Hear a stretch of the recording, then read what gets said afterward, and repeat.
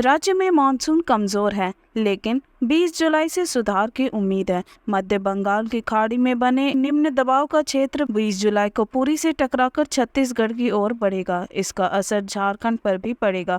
20 से 23 जुलाई तक राज्य में हल्की से मध्यम वर्षा की संभावना है और 20 व 23 जुलाई को कोल्हान और राजधानी के क्षेत्र में भारी वर्षा की चेतावनी है।